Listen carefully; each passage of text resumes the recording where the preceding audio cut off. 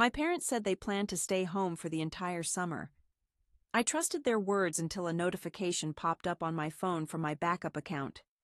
$9.60 spent on flights to McKenes, luxury suites, and a private driver, all booked under my name. Then my brother sent a message by mistake meant for my mom. He never usually checks his statements. I texted back, "Don't worry." Then I said, "Look at this." I immediately froze the account and reported it as fraud. By 6 o'clock in the morning, someone was pounding loudly on my door. When I opened it, I realized this wasn't just about theft. It was betrayal, the kind that leaves deep wounds. This was done by my parents, the very people who once said they could not afford a simple weekend picnic with the family. Those were the same parents who scolded me last month for spending money on takeout meals. The ones who shook their heads when I suggested going on a short trip together and said, "This summer we are staying in." It's just too expensive. I believed in them. Truly, I did. But then the notification arrived at 3:08 a.m. My phone vibrated quietly on the nightstand. Although I was barely awake, the amount withdrawn caught my attention. $99 from my emergency reserve. My heart missed a beat.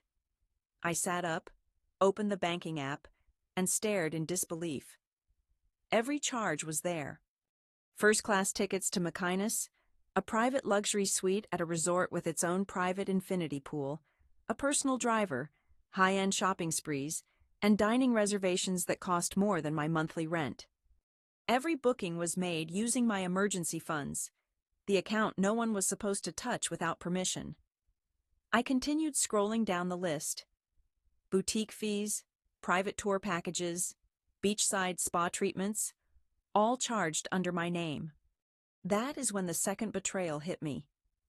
I received a message from my brother, sent by mistake. He rarely checks his statements. "Do not worry." That was the moment everything fell into place.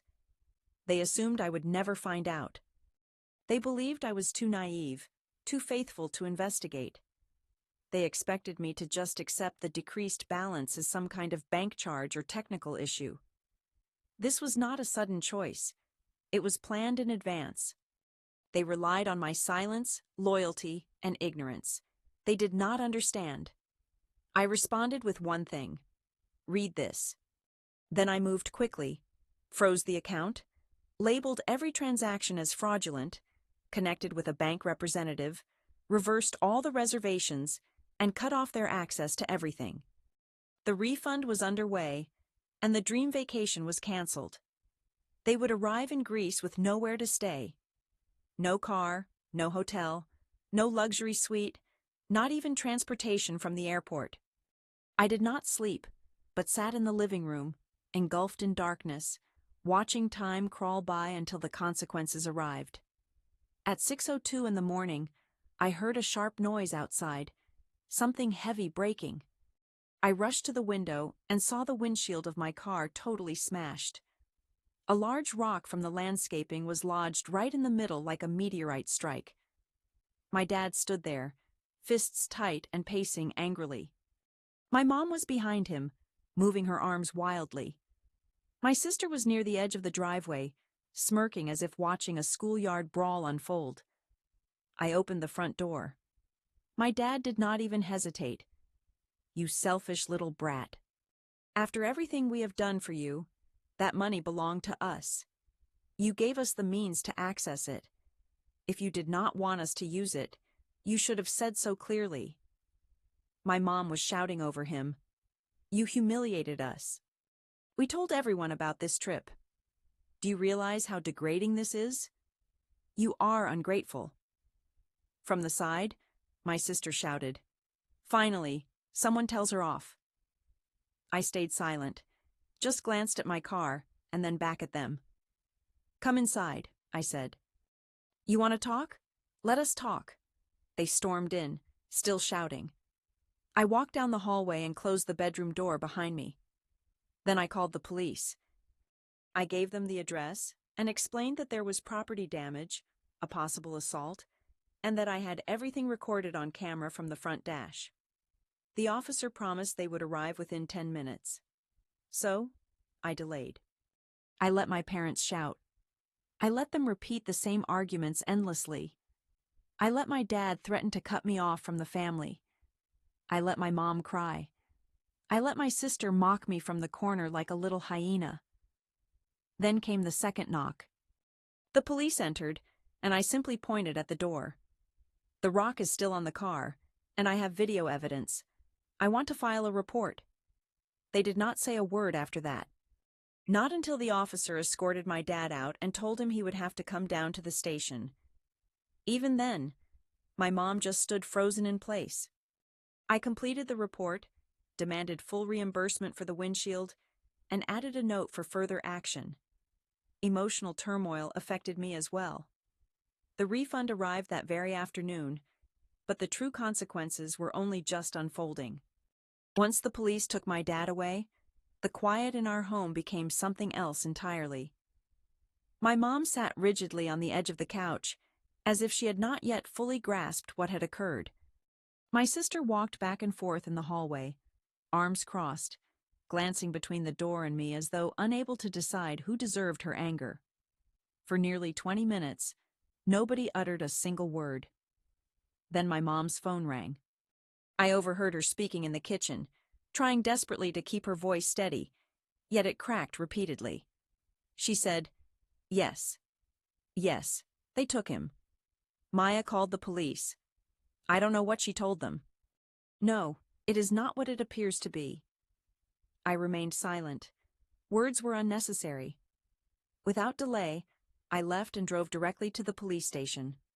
There, I sat with an officer, gave a detailed statement, and handed over footage from the doorbell camera that showed my dad hurling rocks I had thrown through the windshield. I revealed everything: the financial theft, the verbal threats, and the vandalism. I recounted the facts clearly, without adding any emotion or raising my voice.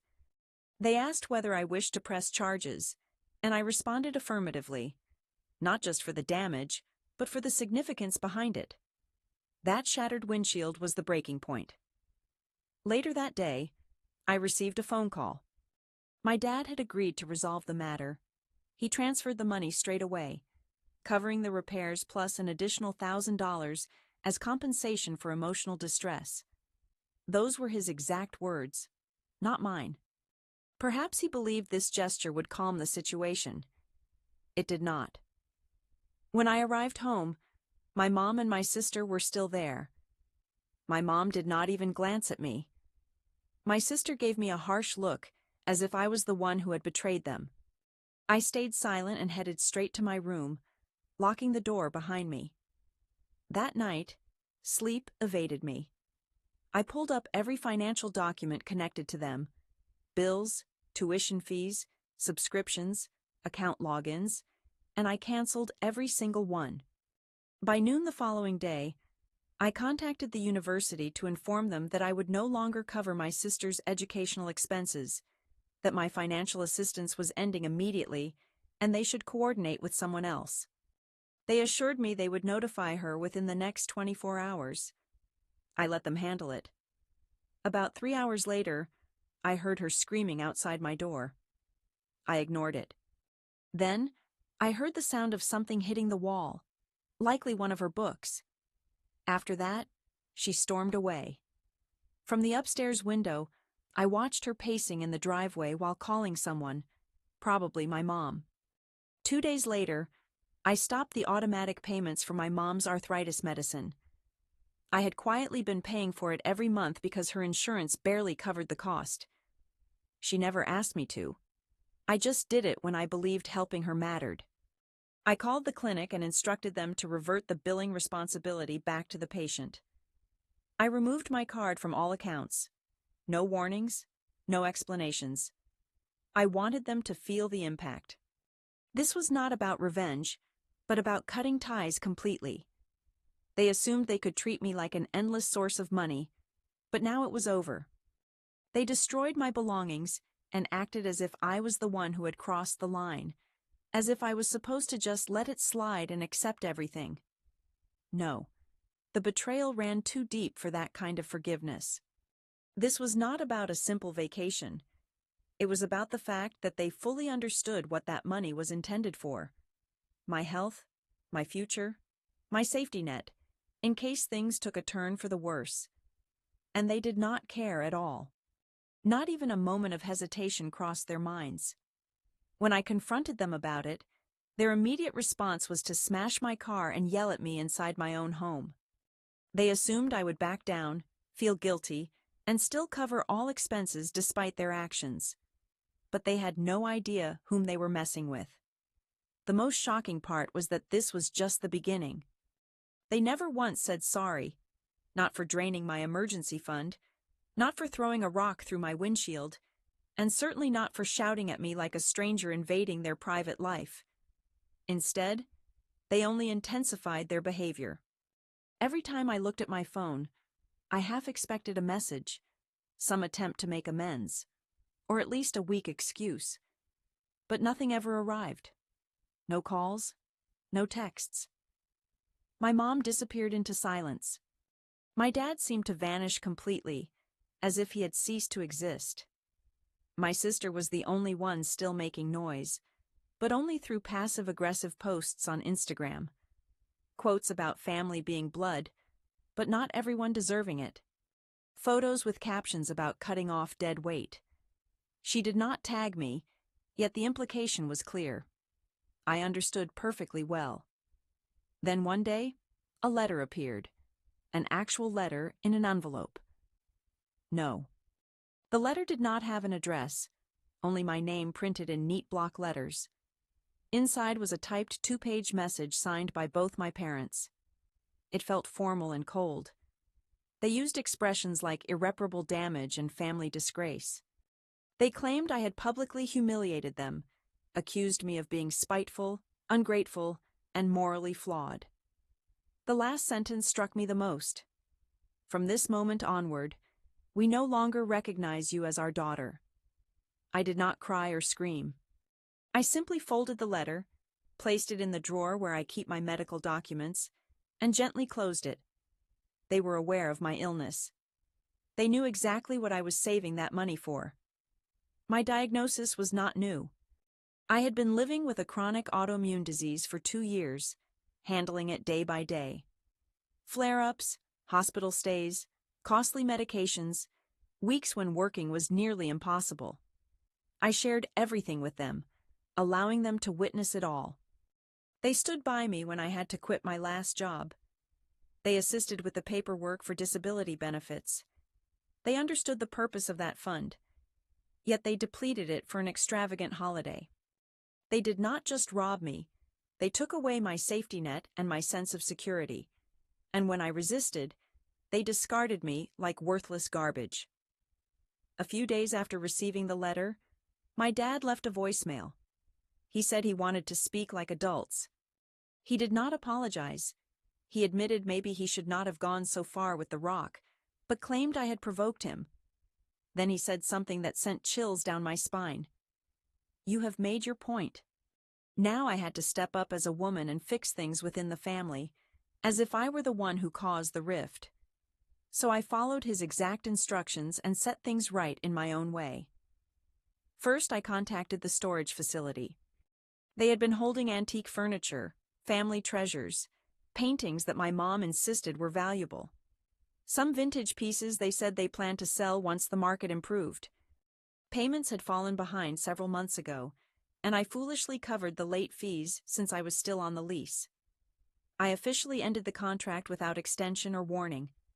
I told the manager to send the usual 2-week removal notice.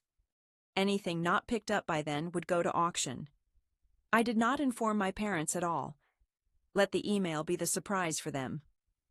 Next, I addressed the kitchen loan. 3 years earlier, my parents took out a loan for an extensive kitchen remodel. Admittedly, it was extravagant. Double ovens, custom cabinets.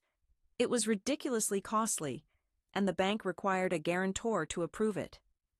I had signed as a guarantor because we are family. Now those words felt toxic.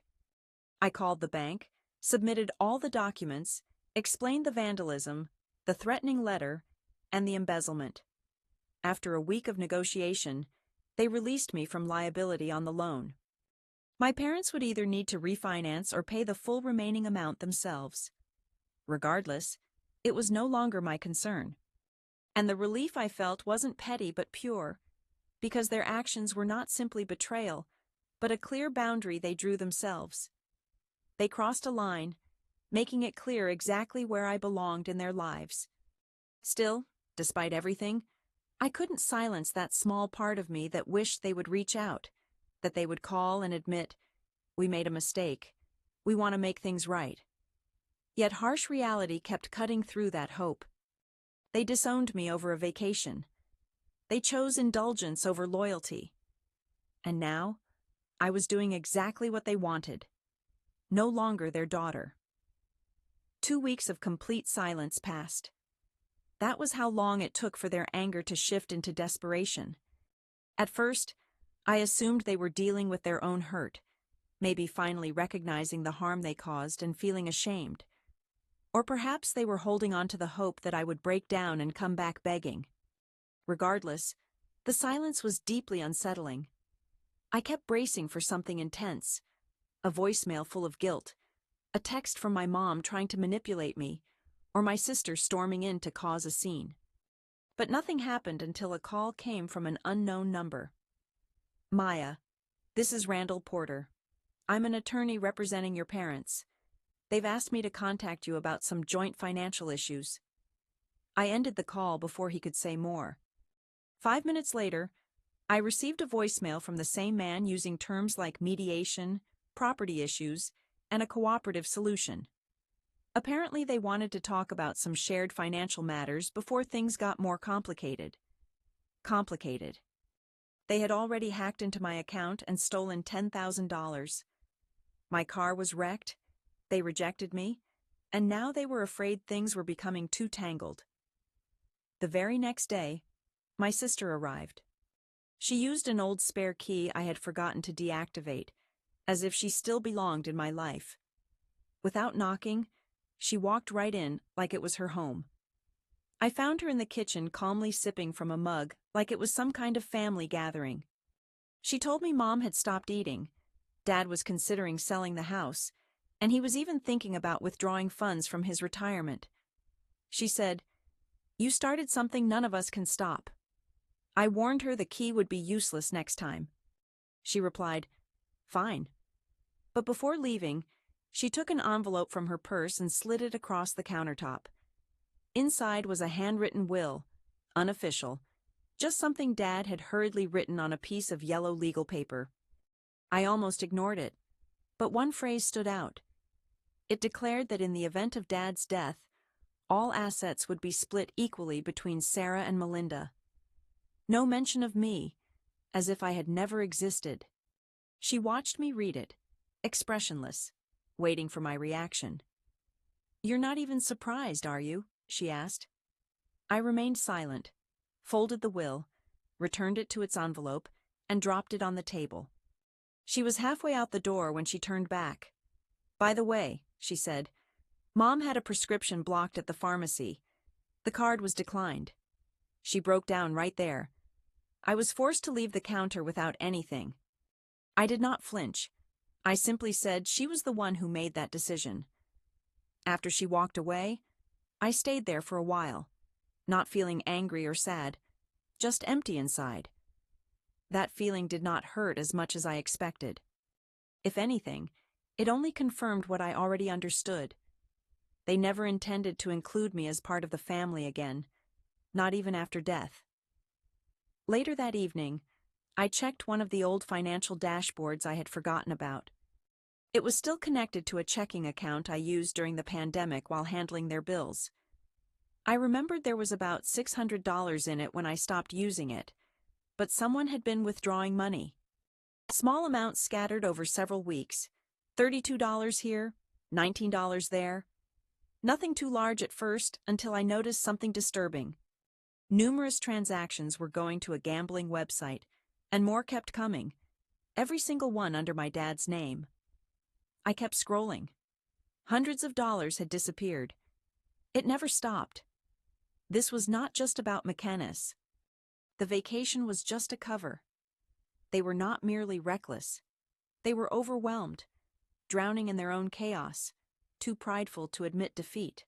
They wanted the trip not because they deserved rest, but because they were falling apart and sought one last getaway at my expense. I had always wondered how my parents had changed from proud, stubborn people into selfish, reckless liars. Now the truth was crystal clear. They were not trying just to hurt me.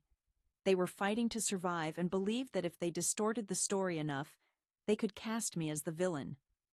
I could have stepped in and rescued them. However, I was no longer that woman, and they still had no idea what was about to happen. By the end of the month, everything was falling apart right before my eyes. I did not have to speculate. The signs appeared gradually in subtle ways. Bank notifications, strange emails, calls from creditors I had not heard from in many years. Somehow, they had become careless and started using old accounts that still contained fragments of my personal information. My name showed up as a backup contact on a credit card I never even knew existed. Another card listed me as an authorized user from the time I had helped them improve their credit after the 2008 financial crash. They tried to exploit every link they could find, likely hoping I would overlook it. But I noticed everything. I cleaned out all those records, contacted every bank and lender, removed my name, and flagged any suspicious activity. Each time I closed a door, I pictured them behind it, realizing the lock was now permanent. Yet the true fracture appeared a week later. An old family friend, Mr. Blake, called me. He owned the body shop where my dad used to take our cars for repairs. This was not a casual call. "Maya," he said, "your father showed up last night drunk. He said things I could not fully grasp, but they sounded alarming. He kept repeating that you ruined everything. Then he smashed a mirror in the office and left without paying." He paused before continuing. "I thought you should know he's not managing well." I thanked him and ended the call. That was the moment the whole fragile facade began to crumble. I had no idea how extensive the debts were, but it no longer mattered. I was not going to pay a single cent. They had made their choice. They had officially erased me from their lives on paper. Still, a part of me needed to understand how far they would fall. Not out of spite, but because if I was truly about to walk away forever, I had to be sure I was not leaving too soon. The next shock came from the hospital billing department. Years ago, I had put myself down as an emergency contact for my mom and never updated that information. They called to tell me her insurance had expired, and she had stopped paying for her treatments. Apparently, she had been missing appointments for weeks. When I inquired about her well-being, they said they were not allowed to share any further details. I did not call her. I did not send any money. She knew exactly how to get in touch with me, but she simply did not want to. Then I received the final blow, a certified letter. This time it was not from a lawyer, but directly from my parents. Inside was a single sentence written in permanent marker on a folded blank sheet of paper. It said, "You were a mistake." No signature, no return address, just those 4 words. I did not cry. I let out a quiet, bitter laugh, because it was almost absurd how much effort they put into pretending I had never existed, as if they could erase me from history with one simple sentence. I placed that letter beside the first one in the same drawer as the will and the pharmacy receipts, my private collection of what betrayal looks like when made real. It arrived in your own handwriting. That evening, I created a new file on my computer and named it Final Accounts.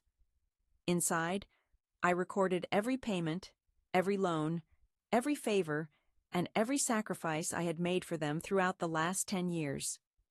The list was longer than I had anticipated. At the very end, I wrote, "No repayment required. Just do not ever contact me again." Because they were right about one thing. I no longer belonged to them as their daughter. Life became silent. Not peaceful or serene, simply motionless. Like a room left empty after a storm passed through. No phone calls, no messages, no passive-aggressive notes, no more conflict. The people who once revolved around my existence like permanent fixtures vanished. During those first days, the quietness sounded louder than all their yelling had ever done. I understood they were not coming back. Not in the way people usually mean when they say that. I knew this because they meant every single word of that final letter. If you can declare that you were a mistake and send it like an official document, then nothing remains worth salvaging. So I began removing the last threads of them from my life. I erased my name from every shared file, every backup contact, and every emergency reference. I changed phone numbers, created new accounts, canceled old subscriptions connected to the house, and even terminated my dental insurance since it was still under my dad's outdated plan from years ago. I wanted absolutely nothing that could connect me to them anymore. No paper trail, no forgotten ties. It was over. The feeling was no longer anger. It was clarity. And it arrived just when I needed it most because soon after, I began receiving messages through unofficial channels, from old family, friends, neighbors, people I had not heard from in many years. They were not checking on me. Instead, they were sharing rumors. Apparently, my parents had sold the house. Not only did they sell it, but they also offloaded it quickly for much less than its value, probably to avoid foreclosure. No moving van arrived, no proper farewell. They took whatever they could carry and vanished. One woman said she saw my mom leaving with a suitcase in tears. Another mentioned hearing my dad yelling at someone on the phone late at night demanding money. Nobody knew where they had gone. Not even my sister, who had apparently moved in with a man 2 towns away. I did not ask for details. I did not care. Then came the photo. A neighbor I barely remembered sent me a blurry image, taken from afar, showing my parents sitting outside a rundown motel on the city outskirts.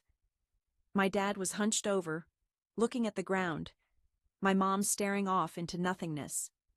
2 plastic grocery bags lay on the sidewalk beside them. No car, no home, just a patch of concrete and the remnants of their dignity.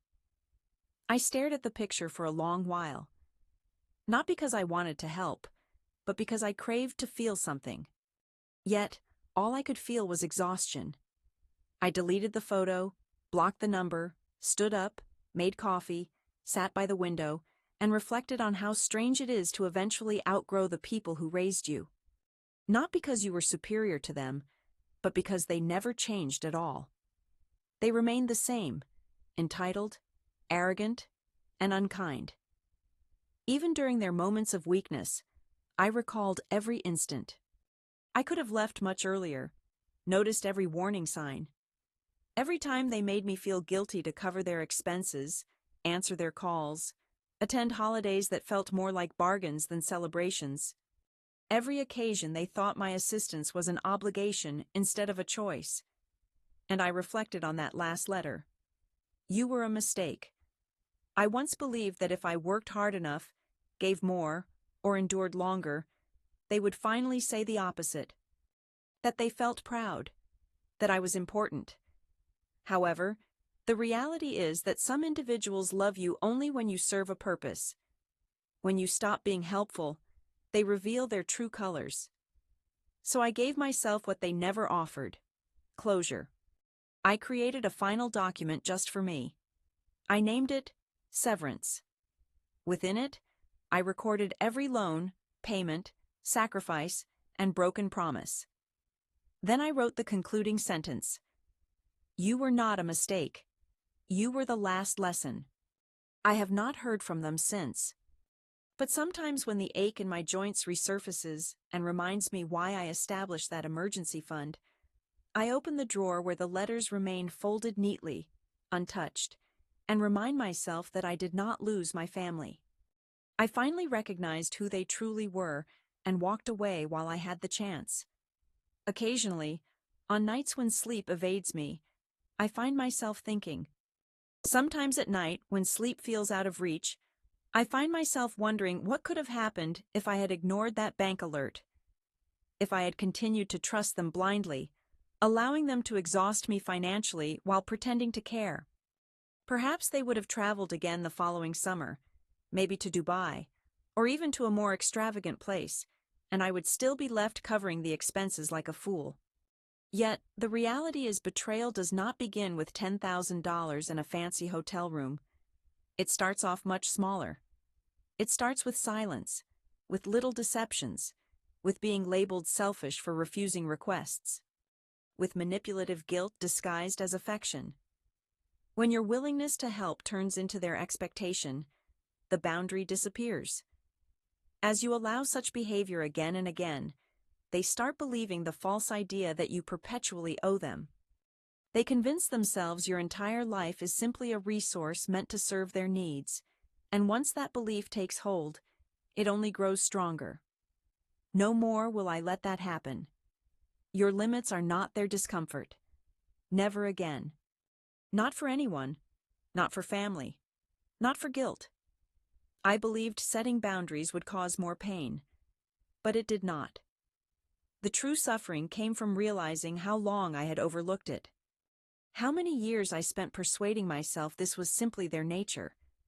How I assumed that being strong meant tolerating them instead of choosing to leave. Yet strength sometimes means closing the door and never reopening it.